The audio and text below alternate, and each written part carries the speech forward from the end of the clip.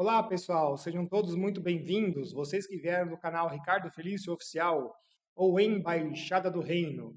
No vídeo de hoje, nós trataremos sobre um assunto muito corriqueiro que ficou sendo dito aí durante o mês de setembro e um pedaço do mês de outubro. Trata-se aí das temperaturas elevadas, como se isso nunca tivesse acontecido. E, ao mesmo tempo, essas coisas aconteceram na região sudeste, centro-oeste e região sul do Brasil, onde nós tivemos alternâncias, porque as temperaturas estiveram elevadas, mas rapidamente depois nós tínhamos uma sucessão de trocas de tempos meteorológicos, passando a temperaturas mais baixas. E ficou nisso, né? De aquece, esfria, aquece, esfria. E muita gente estava dizendo que isto era evidência das mudanças climáticas. Inclusive, quando nós tivemos a sucessão do tempo, a troca do tempo meteorológico, apareciam tornados e essas coisas nunca foram vistas antes. Bom, trata-se tudo de uma enorme bobagem e nós vamos trazer hoje no nosso vídeo esse tema. Então acompanhe aí o nosso visual, porque o discurso dos alarmistas era esse daqui. O que vimos no Brasil, são as regiões sul, sudeste e parte do centro-oeste, foram ações das mudanças climáticas, pois tivemos temperaturas exorbitantes para o inverno e muitos ciclones, como jamais vistos antes, como disse aí um senhor que tem apenas 9 dedos. Ou outros, né? As mudanças climáticas têm propiciado o surgimento de tornados na região sul do Brasil. Eu não sei como é que vocês aguentam tanta idiotice, afinal de contas, né, todas essas afirmações são assinadas por apoiadores do discursinho vagabundo da fraudança climática. Né? Não dá mais para a gente engolir essa enorme bobagem. Mas então, o que aconteceu? Bom, simplesmente aconteceu uma coisa que é muito conhecida, que é o embate de altas quentes, altas frias, formação de núcleos de baixa, inclusive com ciclones extratropicais. Então, o embate envolve isso: centro de alta pressão em superfície, que é um anticiclone semipermanente, alongado no Atlântico Sul durante o período de inverno, versus o quê? Os sistemas frontais, né, que podem ou não gerar ciclones extratropicais, porque a trilha das depressões está mais ativa. Durante o inverno, ela perde latitudes, e quando ela perde latitudes, o que acontece? Nós temos aí as altas polares móveis podendo ter mais liberdade, elas podem se mexer, né? Elas podem aí transitar em latitudes mais baixas.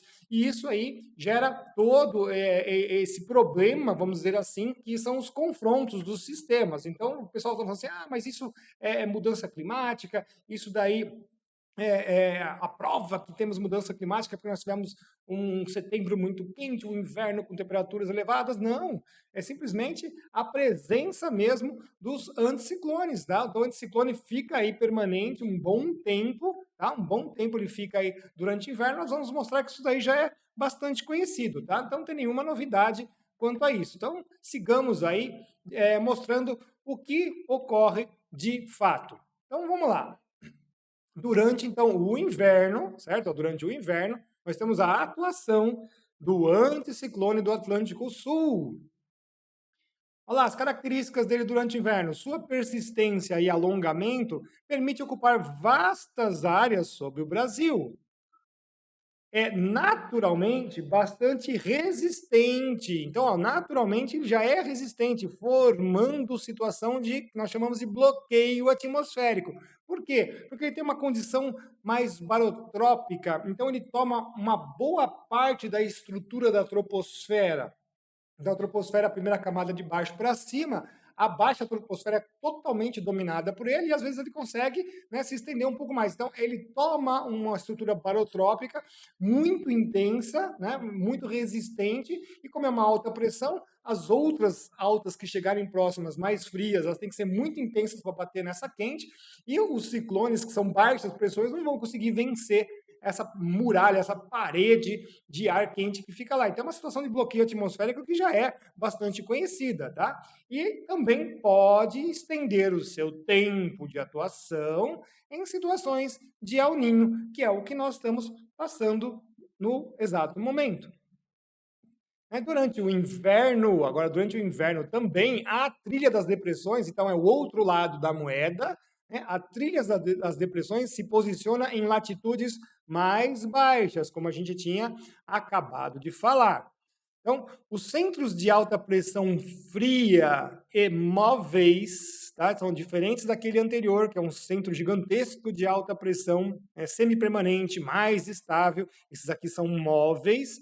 Saindo da Antártida, tem aí uma liberdade maior, porque eles ganham latitudes mais baixas, tá? Porque as latitudes vão diminuir, né, de ação na ação deles, então eles conseguem ganhar aí essas latitudes mais baixas, tá? Então chamadas as altas polares frias na escola norueguesa e na escola estadunidense, representada pela escola de Chicago, ou as altas polares móveis, os APMs, né, pela escola francesa, que essa aqui abarca muito melhor a propriedade desses fenômenos, tá?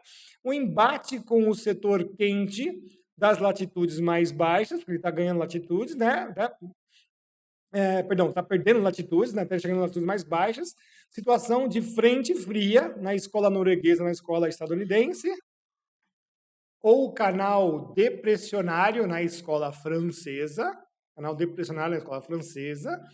E você tem aí a severidade do deslocamento advectivo, ou seja, né, o ar frio, esse embate dessa alta polar móvel, né, a severidade do deslocamento do advectivo, que está na horizontal frio, pode propiciar a formação de ciclone extratropical, tá? Que aí é um grande centro de baixa pressão, né? Bem diferente dos ciclones tropicais que o professor Marcel tanto aqui nos mostra no canal dele, ou quando ele vem aqui fazer uma visita, os extratropicais são imensos, são gigantescos, né? O centro de baixa pressão deles não chega a ser tão intenso, embora na Antártida nós temos assim muitos com a mesma intensidade ou muito próximos dos que aparecem dos tropicais, mas eles são muito largos, muito grandes, né? Então eles ocupam uma vasta área do território. E tudo que está ao redor desses centros é um desastre, tá? A escola norueguesa trata aí como ciclone tropical, extratropical norueguês.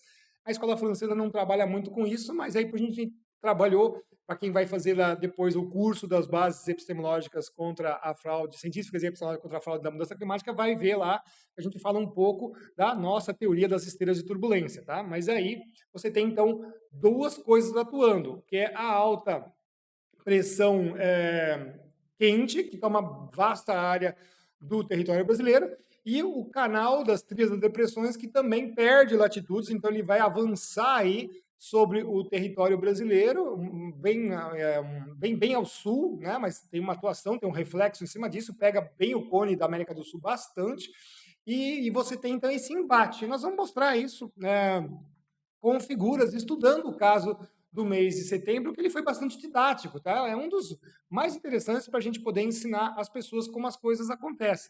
Então, estudando aí o caso do mês de setembro, aqui nós temos uma carta da distribuição global climatológica da pressão atmosférica em superfície. Então, veja só, já é conhecido o que acontece, dá até para usar essa carta para fazer outras explicações depois. Mas se ela é uma carta climatológica, então nós temos aí uma recorrência dessas coisas estarem sempre acontecendo, e é claro que ano para ano você tem aí uma variabilidade em cima do que já acontece. Então, veja só, eu já sei que acontece isso, que existe vamos dizer assim, uma regra, né, uma normal climatológica desses fenômenos, né, uma normal climatológica dinâmica desses fenômenos operarem nessas condições, dessa forma, vamos dizer assim, a assinatura deles já é conhecida, e é claro que de ano para ano, né, porque nós temos outras teleconexões, as coisas não estão paradas, eles podem variar, podem se intensificar ou podem amainar.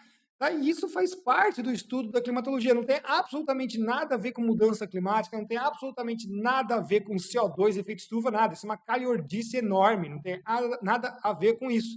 Inclusive, nós estamos vendo essa situação aqui, olha só que interessante. Então, é a carta global climatológica de pressão para janeiro, então é verão no hemisfério sul, e a gente vê que esse anticiclone semipermanente, né, que fica lá na linha dos 30 graus sul, ele está bem mais para o Atlântico, mais voltado ao seu centro, né, de forma climatológica falando, né, a assinatura dele fica muito mais no Atlântico voltado ali para o lado da África, né? E você vê que esse gradiente de pressão que a trilha das depressões vai atuar bastante, elas estão andando aqui embaixo, né? Então você vê que elas passam por aqui, mas eles têm um vetor de caminhar em cima, onde você está vendo essas linhas bem zonais aqui, zonais que são paralelas às linhas dos paralelos, né? Paralelas às linhas dos paralelos, engraçado, as latitudes, né? Ele está bem confinado, nós vamos falar um pouco disso. Agora, quando você passa para julho, então, que é inverno no hemisfério sul, olha como a carta, né, climatológica mostra que o anticiclone semipermanente do Atlântico Sul, ele sim, ele avança, ele vem tomar o território brasileiro, é o cotovelão que ele vem aqui, que a gente chama de cristas, né? Não no caso de uma carta sinóptica, mas uma carta climatológica também tem esse significado de crista, como ele avança, ele quer tomar o território brasileiro. Né? E você vê um gradiente, aqui nós vamos falar um pouco do gradiente, mas você vê que ele se expande, né? Ele aumenta os números, os valores desse gradiente, das isóbaras aqui que estão marcando a carga de pressão atmosférica, de mesma pressão, mas ele se expande. E aí, se ele se expande, significa que coisas vão estar circulando por aqui. Nós vamos mostrar isso. Tá? Mas, no primeiro momento, entender que esse anticiclone, simplesmente, sim, ele vem para cima do Brasil. Tanto é que ele conduz as chuvas que começam a acontecer na região nordeste, na parte de inverno. Veja só que a circulação anticiclônica, né, no hemisfério sul, força, né, a umidade do Atlântico vir para dentro do continente. Tá? Então, começam as chuvas aqui, principalmente na parte periférica aqui dos estados no Nordeste, começa a intensificar no mês de julho para frente. Tá? Agosto, setembro, que fica mais um pouquinho mais intenso conforme é ano. Né? Como eu falo, isso aqui é bastante variável, depende do ano. Tá? Então, vamos fazer o recorte aqui específico para explicar isso com detalhes. Então, cartas climatológicas de campos de pressão atmosférica, recortes. Então, aqui o pedacinho do janeiro, né? Então é verão no hemisfério sul, e julho, que é inverno no hemisfério sul. Então, olha só, avanço da alta pressão, que é o H, que é o anticiclone semi-estacionário. Então, ele está aqui contido em janeiro, no verão, muito mais para leste do Atlântico Sul, e durante o julho e inverno, não, ele vem se expande, né? O senhor feudal que toma conta, que ele vem para cima do Brasil, Ao mesmo tempo, mais ao sul, você tem o alargamento da trilha das depressões, com os APMs perdendo aqui latitudes, então né, a gente fala que ganha latitude porque ele ganha território, mas na verdade perde latitudes, né, porque as latitudes vão diminuindo conforme você vai para o Equador, né, das altas, mas não é essa mesma alta aqui, professor, não, são as altas frias, são densas, são menores, são muito móveis, né?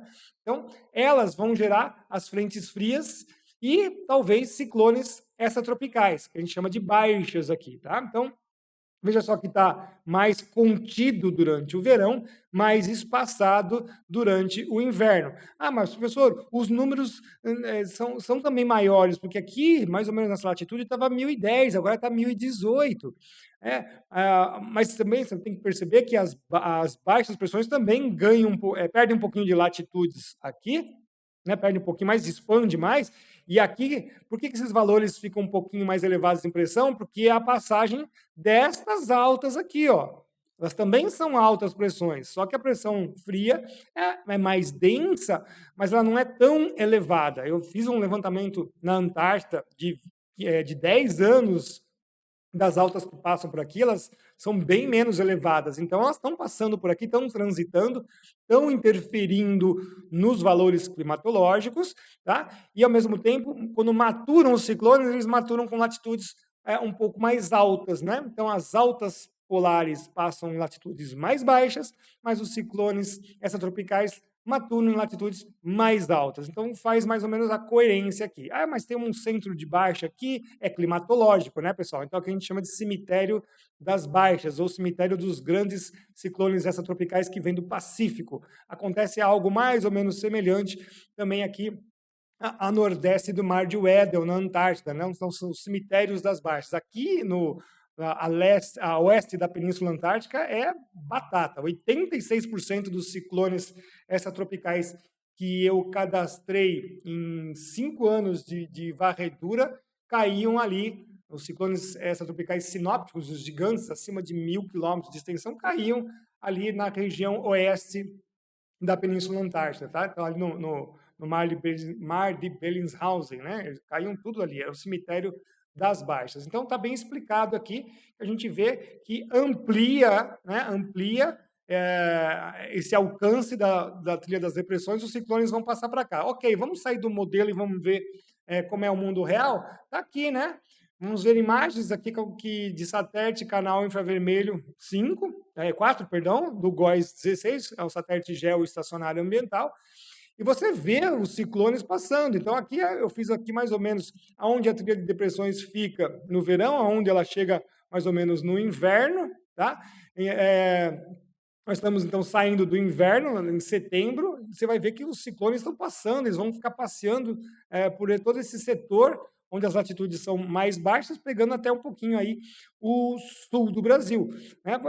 Vocês verem que num dia só, você tem um monte de ciclones extratropicais atuando. Tá? Só aqui, por exemplo, nessa imagem, se você for contar, cara, você tem um aqui, 2, 3, 4, tem um outro aqui embaixo, 5, aqui já tem um decaindo, 6, tá? Então, você ter 6 ou 7 ciclones passando nesse setor aqui, é tranquilo. Olha o tamanho desse aqui quando ele maturou na fase C, né, pela classificação de Strutter-Trope, que é de 1972, justamente quando nós estávamos com os adventos de satélites meteorológicos, imagiadores de satélites. Na verdade, muitos deles ainda eram retratos, né, por fotografia, radiofoto. Depois nós tivemos os imagiadores. Mas veja só, eles ficam passando por aqui.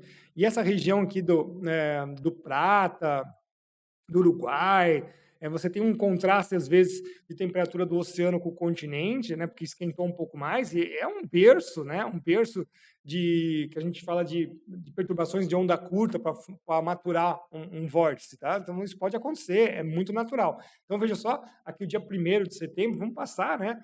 Olha o dia 2, você vai vendo os ciclones se desmanchando, que a gente fala que é o estado de decaimento, outros vão surgindo, vão maturando.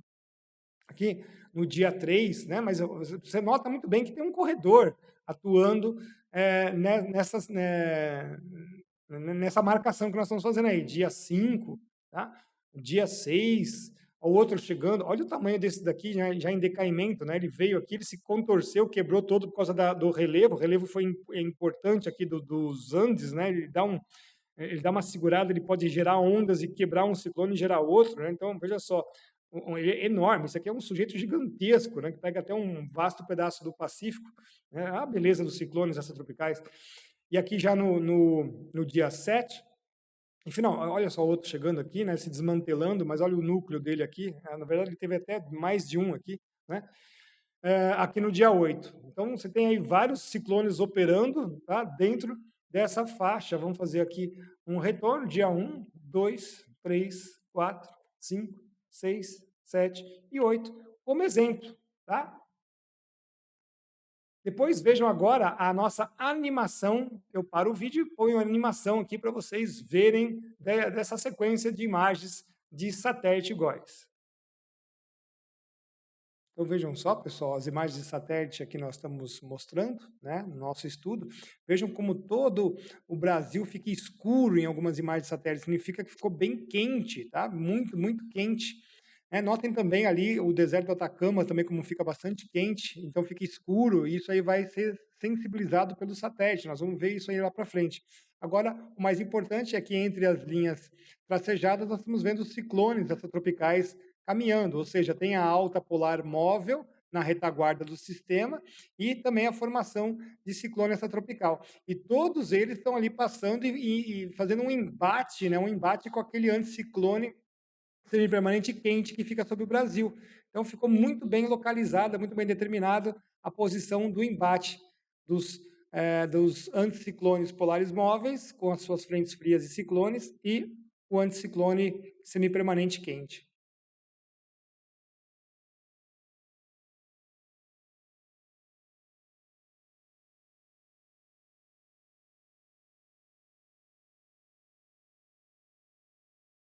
Pois bem, voltando aqui, o que nós estamos falando então? Que de um lado estava quente, do outro lado estava muito frio, então isso aí criou um gradiente, e um gradiente muito bem localizado. Então vamos falar agora sobre o fator gradiente. O fator gradiente. Então olha só que interessante. Ele ficou centralizado, né, nesta região aqui que nós marcamos com essa área retangular amarela tracejada. Tá? Então, os ciclones estão aí andando. Olha essa imagem bonita, né? Tem um ciclone tropical aqui, numa fase C para DX, né? Ele ainda está um pouquinho maduro e quase decaindo. Aqui nós temos um outro também, mas o embate ficou aqui, um setor quente e o setor frio. Vamos ver isso aqui no pictórico, né? Então, esse setor aqui ficou predominantemente quente durante esse período todo que nós estamos aí trazendo como exercício, né? Então, a alta semipermanente do Atlântico com o seu cotovelo, com o seu braço, com a sua crista dominando toda essa vasta área do Brasil. Veja só o tamanho da área que ele está aí meio que dominando, né? A ITCZ, a zona de convergência intertropical, está lá para cima, jogando as ciclones tropicais, os furacões lá do professor Marcel. Né? E aqui não tem, né? Não tem chuva ou chuvas são esparsas por CBs isolados, tá?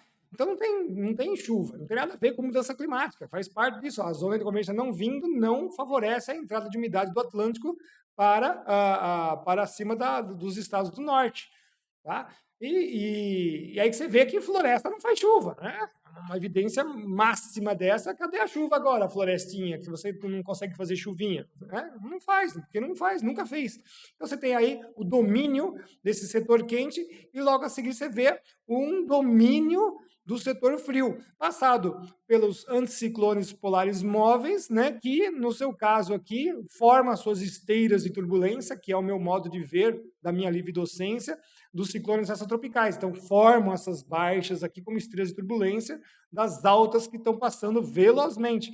Então, marcou mais ou menos um setor quente e um setor frio muito bem delimitados e delineados nesse período de setembro. Tá? Então, ficou marcando esse fator gradiente aqui, ele ficou meio que marcado, porque a alta não se movia. Né? Então, batia uma fria, batia uma outra fria, e ela não se movia. E, então, o bater dessas frias, né, ficaram sempre no mesmo lugar. Será que isso aí foi evidenciado em algum lugar? Será que os satélites pegaram esse fenômeno acontecendo, né? Da ação, né, do bloqueio que está lá parado e as frias, né, as massas frias passando sempre sobre o mesmo lugar, sempre sobre o mesmo lugar. Será que os satélites conseguiram pegar isso daí? Pois é, vai ser bem interessante que a gente vai perceber que sim, os satélites pegaram isso aí. O satélite pegou, né? O satélite pegou. Então, no fechamento do mês de setembro, a persistente atuação, então veja só, persistente atuação, que eu acabei de fazer esse teatrinho aqui para vocês, dos sistemas meteorológicos, então são os sistemas mesmo, na mesma localização, né? A palavrinha preciosa da geografia, né? Localização, tá? Foi suficiente para ponderar, então também tem a ideia de sensibilizar os dados, né? Conseguiram ser destacados dos dados com a demarcação dos valores de mais baixas e altas temperaturas. Então, demarcação é sinônimo de localização, né? Então, demarcação do quê? Dos valores de mais baixas e altas temperaturas, destoando, então, né? Elas significativamente se destoaram do que? Da normal climatológica que os satélites já têm cartografados, ou seja, tem também localização dos valores dessas normais climatológicas cartografados de 1991 a 2020. Essas palavras todas são preciosas e a gente vê isso então na Carta Global de Anomalias e Temperaturas da Baixa Troposfera de setembro. Então, saiu a Universidade do Alabama de Huntsville, né? O professor John Christie e o Roy Spencer, principalmente o professor John Christie, que é um dos responsáveis, que também é cético à papagaiada da mudança climática.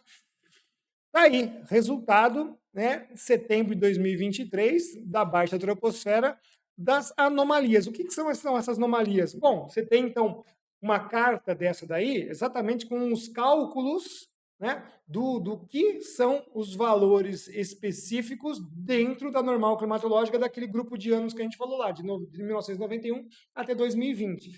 Aí você tem, dentro do mês de setembro, uma média feita por todos os satélites que também tem posição geográfica, então tem localização. Aí esse valor pontual é o que? Somado ou subtraído do valor da carta de referência, que é daquela normal. Então existe uma carta normal.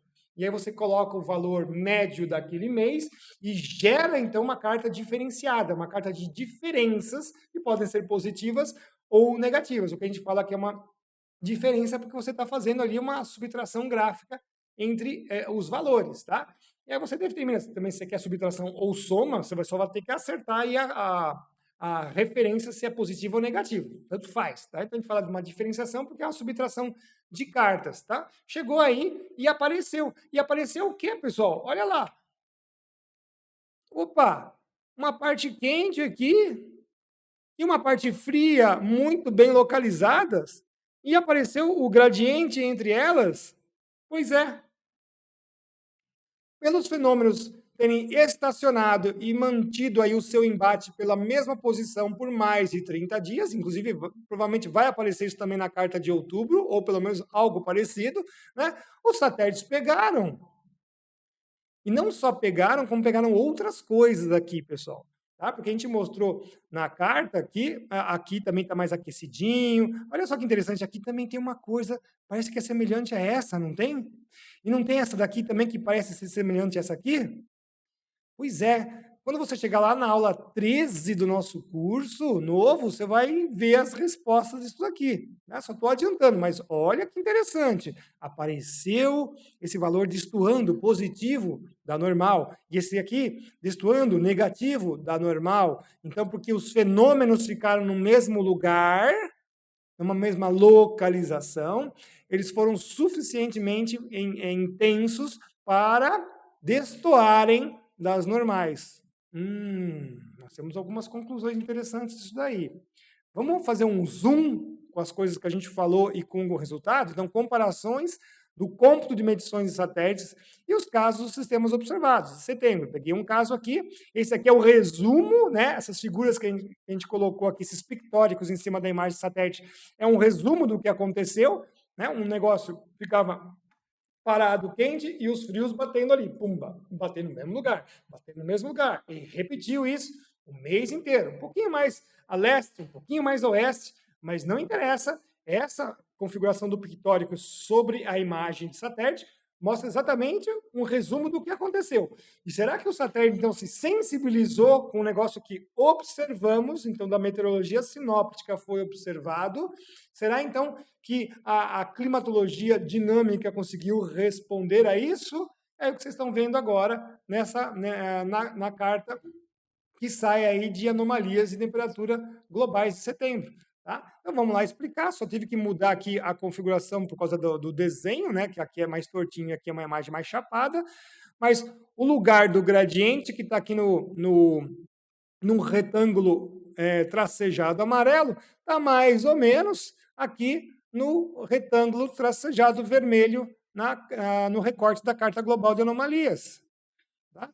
Então, ficou muito mais quente neste setor do que anormal é. Então, esse é um ano típico, é simplesmente que é um ano típico. Registrou-se isso, mas aqui do lado ficou muito mais frio do que o normal. Muito mais frio também, entre aspas, né, pessoal? Vamos lá, é 2,5, 1,5 também, não é nada muito mais frio. Ficou mais frio que o normal e registrou-se isso daí. Tá? Então, ficou bem elencado, bem marcado, inclusive, como a gente falou, né, muitos ciclones também batem aqui e depositam uma quantidade de ar frio muito grande, porque não consegue transpor os Andes, olha lá, pimba, foi registrando aqui também, ó, tá? E ficou muito frio. Aí, se você olhar agora com atenção, e isso eu quero chamar a atenção, porque nós também falamos isso aqui no nosso novo curso, aqui tem uma manchinha de 3,5, né, mais ou menos por aqui. E o que, que tem ali? Bom, tem um deserto, né? Um deserto. O deserto do Atacama está lá, né? Toda essa região aqui é mais desértica. Aí você tem uma alta pressão que deixa bombardear bastante radiação, ou seja, a incidência de radiação solar é intensa. O deserto esquenta pra caramba, esquentou um pouco mais nesse período, aí marcou aquilo ali, ó. Nossa, é o aquecimento global. Aquecimento global, uma ova.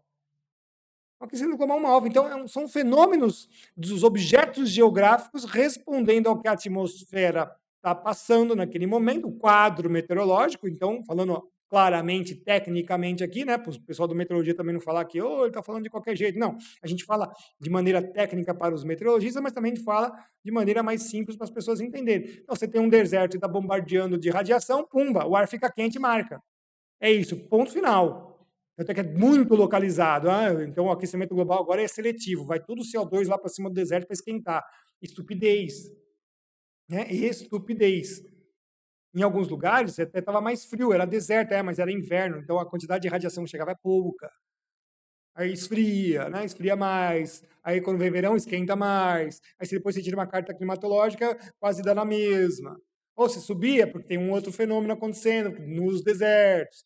Mas está lá, o gradiente está sendo observado. A gente conseguiu ver. Esse é o que aconteceu no mundo real. Os satélites registraram aqui o gradiente. Né? É um pouquinho mais, um pouquinho menos a diferença geográfica, da posição geográfica, porque aqui é matemático, certo? Então está em cima de valores de 30 anos.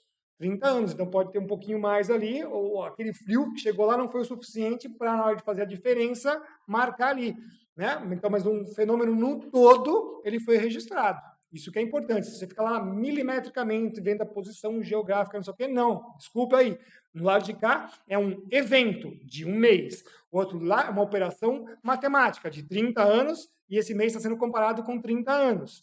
O que eu estou querendo dizer é que foi tão intenso a ocorrência dos fenômenos no mês de setembro, bem localizados, que sim, eles destoaram ali da média e se apresentam na carta aí de anomalias de setembro. Isso é bem interessante, né? Ficou muito, muito didático isso daqui. Para mim, assim, foi um dos exemplos mais belos, mais bonitos. Mas o que você quer concluir com isso, professor? Nós vamos ver agora, tá? Porque tem que ter uma conclusão disso. Né? A gente viu realmente, provamos que isso aí aconteceu. Então, agora, vamos entender qual é a conclusão. Tá? Então, com a demarcação dos valores de altas e baixas muito bem localizados, das palavras preciosas geográficas, destoando da normal climatológica, conseguimos reforçar a nossa tese, sempre elencada contra a fraude da mudança climática. Tá? E qual que é a nossa tese? Que o que eles estão medindo é uma outra coisa, não é aquecimento global. Tá? Esta foi uma das provas de que as medições de temperatura são o resultado de uma miscelânea de processos atmosféricos que envolvem os sistemas meteorológicos de larga escala, ou seja, de escala sinóptica planetária. E miscelânea por quê, professor? Está falando porque eles têm uma área nuclear que as cartas climatológicas nos mostram, certo? Mas de ano a ano, variabilidade, um pouquinho mais ao norte. Então, isso aqui é uma miscelânea de coisas. E se essa miscelânea fica muito pulverizada durante os anos, né, você não vê nada, você não vê nada. Mas se eles ficam muito bem marcados, como foi o mês de setembro, eles aparecem. Estão percebendo isso? Estão pescando isso? Tá? Então, se eles ficam mais tempo, por isso que eu falei, olha, tem um amarelo aqui, mas vocês estão vendo que também tem uma mancha amarela em cima do Oceano Índico e também tem uma outra lá para o Pacífico. Né? Nos mesmos lugares, mais ou menos, o que tem em cima daqueles lugares, na atmosfera, é aquecimento global, o CO2 corre tudo para lá e fica lá, dando cirandinha, vamos ficar em cima do oceano, porque aqui é muito bom, podemos aquecer a água. Que porcaria de música, né? Que lixo. Enfim, saiu da cabeça agora. Mas é isso. Não. Né? Não. Então, nós estamos mostrando que o que eles estão a medir pelos satélites são o quê? Processos desses mesmos fenômenos que têm a sua variabilidade. E essa variabilidade pode desaparecer quando? Quando você começa a aumentar demais o número de medições. Tá? Então, quanto mais tempo de medições nós tivermos, mais os sistemas meteorológicos de alta persistência, as conexões com a superfície de destaque, por exemplo, desertos, a ação dos oceanos e o efeito de continentalidade do hemisfério norte serão demarcados, ou seja, localizados nas cartas e tendências. Preste atenção, estou elencando ali 4 fenômenos. Então, os sistemas grandes, sinópticos, de alta persistência, por exemplo, as altas, né, que estão semipermanentes. As conexões com a superfície de destaque, por exemplo, os desertos. Você sabe qual é a área dos desertos e semiáridos do mundo? Vá lá conferir. Nosso curso a gente mostra. Tá? A ação dos oceanos, as correntes, o efeito de continentalidade do hemisfério norte. Tá? Só esses 4 fatores aqui, eles muito bem demarcados nas cartas de tendências, significa então que essas anomalias que eles tanto encontram passam a ter localização. Tá? Então, as anomalias terão localização. E a gente fez uma ampla discussão disso na aula 13 aí do nosso curso. Porque significa o quê? Que vocês estão medindo processos. Vocês estão medindo processos e estão disfarçando isso, né, como se fosse mudança climática. Tá? Então, o que eles estão fazendo? Eles vendem a ideia de que a ação dos fenômenos que estão acontecendo na natureza, né, é mudança climática. E pior ainda, pela ação dos homens. Então, imagina só, nós com o CO2 conseguimos mudar os anticiclones, a intensidade deles, as correntes oceânicas, a ação dos oceanos, a ação dos desertos no clima, a gente consegue mudar. Né? A gente consegue mudar o efeito de continentalidade do hemisfério norte. Por isso que isso aí é uma enorme palhaçada. Né? Não tem nenhuma... nenhum objetivo em cima disso, a não ser propagar agendas. Tá? Porque não tem nexo. Não tem, a palavra correta é não tem nexo você fazer esse tipo de afirmação. O que eles estão a medir são os fenômenos da natureza e a sua variabilidade, que é definição de clima. Isso é definição de clima, principalmente em climatologia dinâmica. Tá? Então, causa assim, estranheza total os caras usarem isso como um discurso bem vagabundo para falar que isso aí é mudança climática, tá? Quando, na verdade, não tem nada de mudança climática em cima disso. E lembrando, então, que nós abordamos muito dessas coisas aí no nosso curso, né, que faz parte de um grande projeto. O nosso projeto é Mudanças Climáticas, Geopolítica e a Guerra Espiritual, e o nosso curso, aí, Bases Científicas e Epistemológicas contra a Fraude da Mudança Climática. Né? O novo curso pretende, então, fornecer aí aos alunos informações dentro de um arcabouço técnico, científico e epistemológico, tanto em nível básico quanto intermediário, sobre os diversos aspectos físicos, matemáticos, históricos, geográficos, meteorológicos e também, óbvio, né, climáticos. Tem aí o propósito de ampliar o conhecimento desses temas, notoriamente aplicados ao questionamento sobre a falsa da hipótese alarmista que abarca aí a mudança climática, em especial na acusação contra a humanidade ser a responsável por esse feito fantástico. Né? Nós estamos fazendo um feito fantástico. Lança CO2, aquece o planeta, muda os fenômenos. Lembrando que esse nosso novo curso é complementar à já lançada videoaula Mudança Climática, Desconstruindo a Hipótese. Para quem quiser ter acesso a esse curso, o link para aquisição da promoção de lançamento está aí, na Eduz, vai até o dia 23 de novembro, tá? E para maiores informações, você também pode assistir ao nosso vídeo promocional. Tanto o link da Eduz quanto o link dos vídeos promocionais vão estar na descrição desse vídeo, tá? Mas o link para o acesso direto é esse aí, é 21 31 51 3, tá bom? E lembrando que toda vez que você faz isso, né, você está sempre deixando aí a Greta Fonda bem nervosinha, né? Ela fica bem nervosinha. Também queremos deixar um outro recado para as pessoas aqui, né? Criei aí o meu canal de acervo no Telegram, onde se encontram os materiais postados em plataformas como YouTube, Rumble, Odysee, tá? O link está na descrição e aqui também nesse slide, né? Nós vamos colocar na descrição do vídeo.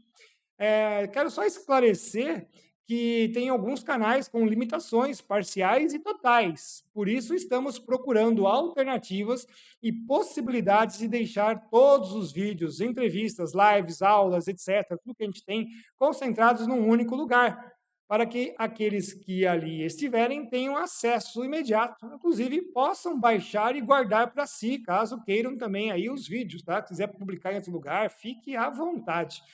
Sobre os canais com limitações, tenho que deixar bem claro para vocês aqui, vamos elencar aqui. O YouTube, o Ricardo Felício Oficial, está limitado totalmente e eu não consigo postar meus vídeos e nem nada na comunidade, né? Me bloquearam aí por mais 15 dias, já estou com 2 advertências, provavelmente o canal já vai cair. E lá então eu não publico mais nada, a não ser quando eu posso, eu coloco alguma coisa na comunidade. O RF Brasil, Embaixada do Reino, foi renomeado para Embaixada do Reino apenas, onde utilizo a aba Comunidade para os avisos. No Twitter, ou tal do Chats, né? Está totalmente bloqueado, mesmo com Elon Musk atuando. Curioso, né, pessoal? Mas o canal está visível e inativo, justamente porque eu não posso acessar, porque se eu pudesse acessar, eu já tinha derrubado aquela porcaria. Tá? Mesmo com todas essas barreiras, nesses lugares, tenho publicações visíveis, muitas foram excluídas pela plataforma lá do YouTube, mesmo estando ocultas, tá? Então, deixamos alguns vídeos muito valiosos e alguns deles eu vou disponibilizar para todos através do novo canal do Telegram como um acervo, tá? Então, nesse canal terá o link para a playlist das entrevistas antigas, para vocês poderem aproveitar para assistir, inclusive confirmar que muitos assuntos tratados nelas, lá na época bastante criticados, hoje se confirmaram com os fatos que nós estamos vendo no dia a dia. Eu digo isso com pesar, tá? Pois a maioria deles eram sobre realidades duras e bastante complicadas, até surreais, né? Por isso, mesmo que na ocasião geraram tantos comentários de negação. Estou salientando isso aqui porque é sim importante que vocês tenham provas de que não pretendo ser propagador de maldições, também não pretendo ser negativo e disseminar desesperança. Contudo, os avisos são de extrema importância para todos, mas poucos consideram assim. Tá? Pouquíssimos são treinados para serem experts em prevenções. Mas se você está aqui, eu acredito que tem em si a matriz do humano zeloso, protetor, e quiçá, quem sabe, né, do atalaia, como eu mesmo tenho me apresentado aqui. E se você for como eu, vai querer saber, vai preferir adquirir conhecimento para a tomada de decisões de forma consciente. Tá? Decisões essas que protegerão suas famílias e a todos os que você amam, né? Porque nós sempre falamos, e é o que nós vamos mostrar no nosso grande projeto, não é simplesmente uma ciência da mudança climática, não é simplesmente, né, numa segunda parte, a geopolítica, nós estamos passando por um processo enorme de guerra espiritual. Né? Então, Deus abençoe a todos vocês com sabedoria e muita, muita graça. Né? Vamos aí aos agradecimentos aos nossos apoiadores queridos e maravilhosos, que nós estamos sempre abençoando a vida deles. As contribuições foram feitas no Vaquinha, na Lígia e na Silvia, meu muito obrigado. Ao Rubens Garcia, que faz no PayPal, e aos queridos Celso, Marina e Maria Tereza, que estão sempre nos ajudando na nossa caixa ou através das lotéricas para a conta acima. Meu muito obrigado. E aos nossos 20 heróis permanentes que estão lá no Apoia-se, sempre nos auxiliando aqui e mantendo nossas atividades em dia. Meu muito obrigado e agradecendo principalmente aos nossos colegas que estão sempre mandando material para nós aqui, para podermos continuar também com o nosso trabalho, com sugestões. Bom, espero que vocês tenham gostado bastante do nosso vídeo de hoje, né? Ele foi bastante elucidativo em mostrar que os satélites conseguem marcar e marcar fenômenos naturais e as suas variabilidades é que estão sendo computadas. E essas variabilidades estão sendo chamadas de mudanças climáticas causadas pelos seres humanos. Uma enorme falácia, por isso nós precisamos de séries mais longas e a gente deixa aí a carta de tendência de 40 anos bem discutida dentro do nosso curso, na aula número 13, e vocês vão se surpreender com as enormes coincidências, né? Coincidências, não tem nada de coincidências em lugar nenhum, né? Mas vocês vão gostar muito aí do que a gente colocou para vocês, quando a gente pega aí a carta de 40 anos, que é aquilo que eu estava esperando, né? Então, a sabedoria de Deus diz, quem aguarda e espera, depois obterá. Foi o que a gente aguardou todo esse tempo. Um grande abraço para todos. Fiquem com Deus, sejam muito próximos e abençoados. Um grande abraço, pessoal. Até o nosso próximo vídeo. Até lá.